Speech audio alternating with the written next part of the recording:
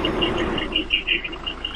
दोस्तों, अभी हम सीटा लेकर करकट वाला चल चुके हैं ट्रक से। हम देख सकते हैं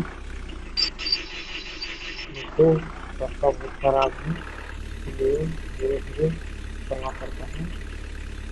और आगे देखिए मुड़ान है, और गाड़ी को कुछ तेज बढ़ा देते हैं और फिर से आगे आगे वजह से बच गया। आगे साइड कंटेन लेते हैं, अब चलाएंगे गाड़ी। भाई है अगल बगल,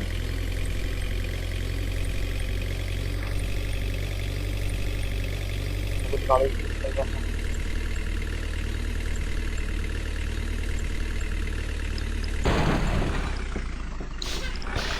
गाड़ी आगे टर्निंग है। ओ बच गया।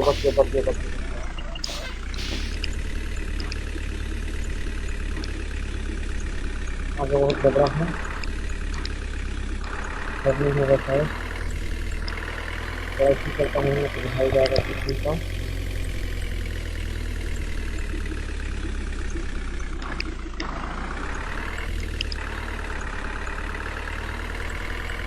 कुछ टाइम कर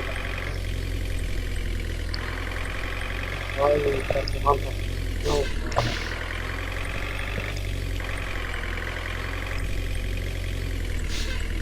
भाई भाई गया गया।